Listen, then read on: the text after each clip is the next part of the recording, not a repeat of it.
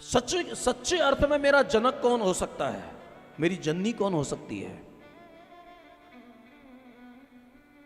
और अगर बगैर कुछ किए नहीं रह सकते तो प्रेम परमात्मा को करो। जो खोज अपनी करता है, प्रेम परमात्मा को करता है और सेवा संसार की करता है ना, वो जागा हुआ महापुरुष होता है।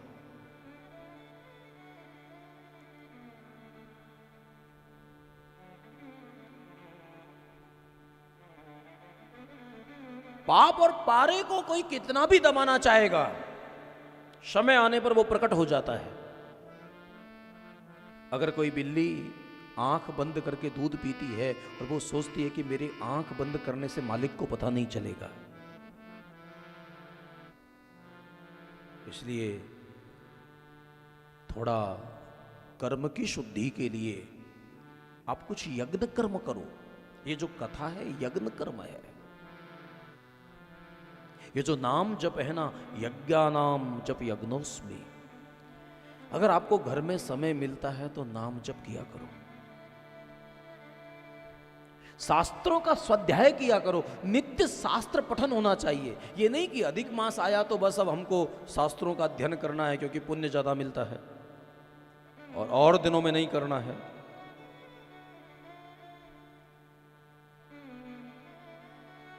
सब दिन करना चाहिए, लेकिन कोई विशेष पर्व आता है, कोई विशेष पवित्र काल आता है तो उसमें विशेष होना चाहिए। कन्हैया और पितामह भीष्म ने एक लंबा संवाद चला है। सुनते सुनते इन कथाओं को पितामह भीष्म की आंखों में भी आंसू आ गए। ये जीव अपने कर्म के अनुसार पता नहीं किस किस शरीर में जाता है और जहां जहां जाता है वहां वहां इसको आसक्ति हो जाती है। अब हमें इस जीवन में कोई आसक्ति नहीं रखनी है। और भगवान को हाथ जोड़ के कहा, इति मति रूप कल्पिताम वितृष्णाम। मेरी ये तृष्णा रहित जो बुद्धि है, अनासक्त बुद्धि है, मेरी बुद्धि में अब कोई मल विक्षेप नहीं बचा है। अब मैं इस बुद्धि को आप में लगाना चाहता हूं, समर्पित करना चाहता हूं। क्योंकि कन्या जब विवाह करती है तो वो रूप देखती है।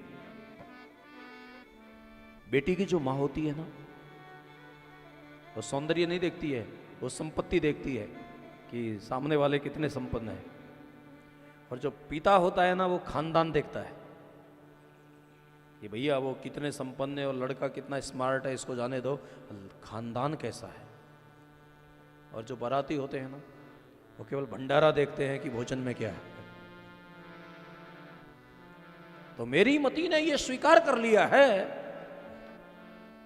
त्रिभुवन कमनम तमाल वर्णम रविकर गौराम्बरम दधाने। आप परम सौंदर्यवान हैं और केवल सौंदर्यवान नहीं, शौर्यवान भी हैं। आपके जीवन में जो पराक्रम है, जब मैंने प्रतिज्ञा की थी तो मेरी प्रतिज्ञा के लिए है।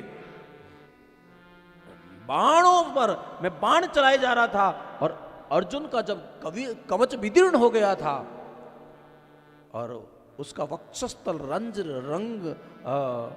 रक्त रंजित हो गया था, आप एक रथ का पहिया लेकर जो मेरी तरफ भागे, आहा, वो जो आपकी छवि है ना ठाकुर,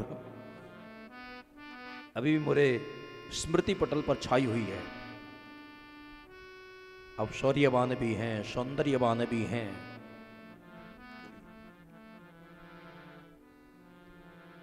अनेकों झांकियों का स्मरण करते हुए और पितामह भीष्म ने अपने प्राणों को परमात्मा में लीन किया है।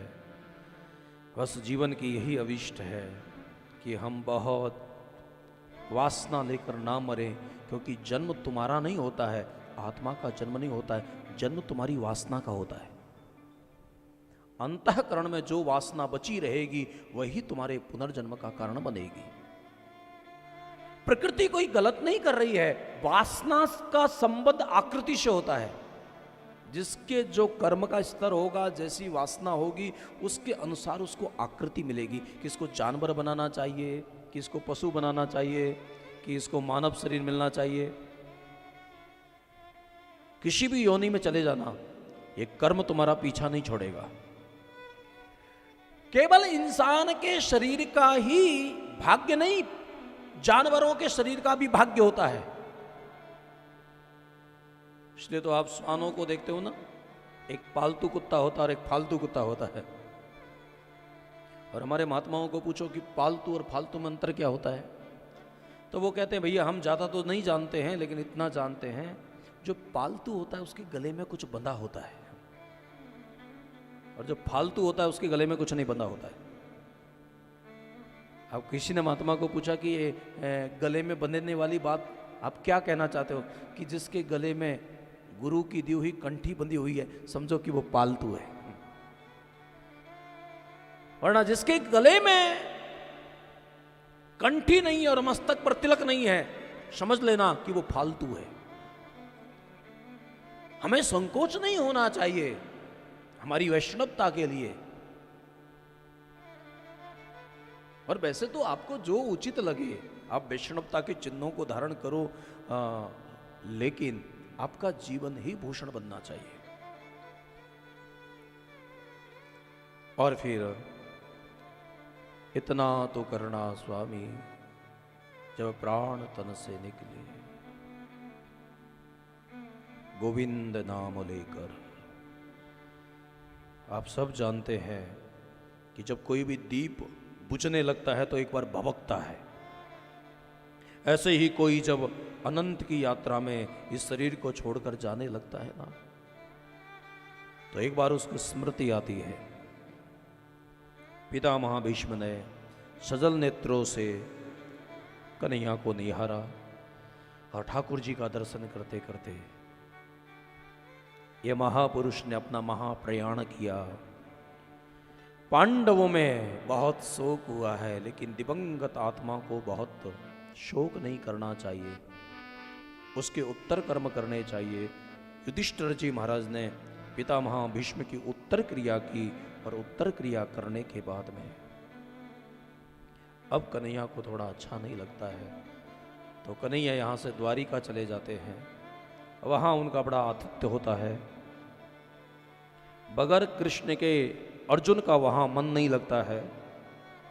थोड़े थोड़े दिनों में ये वैष्णवता का लक्षण होता है, जिसको परमात्मा के बगैर अधूरापन लगे। थोड़ी थोड़ी देर में ठाकुर जी की याद आती रहे। हमारे श्रद्धेय स्वामी जी कहा करते थे, हे मेरे नाथ, मैं आपको भूलूं नहीं। थोड़ी थोड़ी देर में कहते रहो, हे मेरे नाथ, मैं आपको भूलूं नहीं। कोई भी परमात्मा के जो भी आपको अच्छा लगे, किसी भी स्वरूप का दर्शन, कोई जरूरी नहीं है कि जो आपकी प्रकृति के अनुसार आपको अच्छा लगे। आपको कृष्ण की छवि अच्छी लगती है, आपको शिव अच्छा लगता है, आपको राम अच्छा लगता है, आपको जो स्वरूप अच्छा लगता है, सारे स्वरूप परमात्मा के हैं।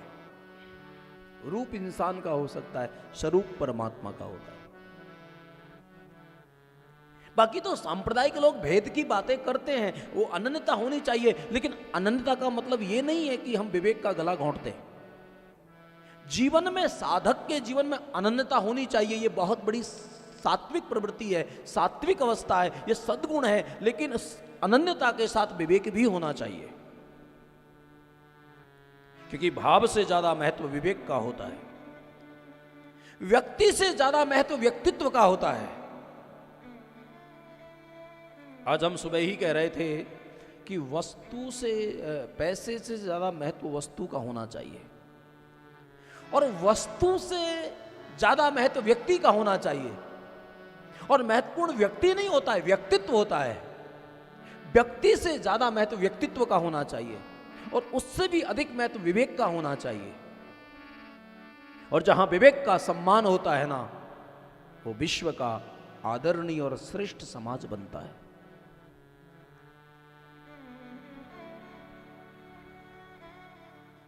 तो हमारी आंतरिक अवस्थाएं जो होनी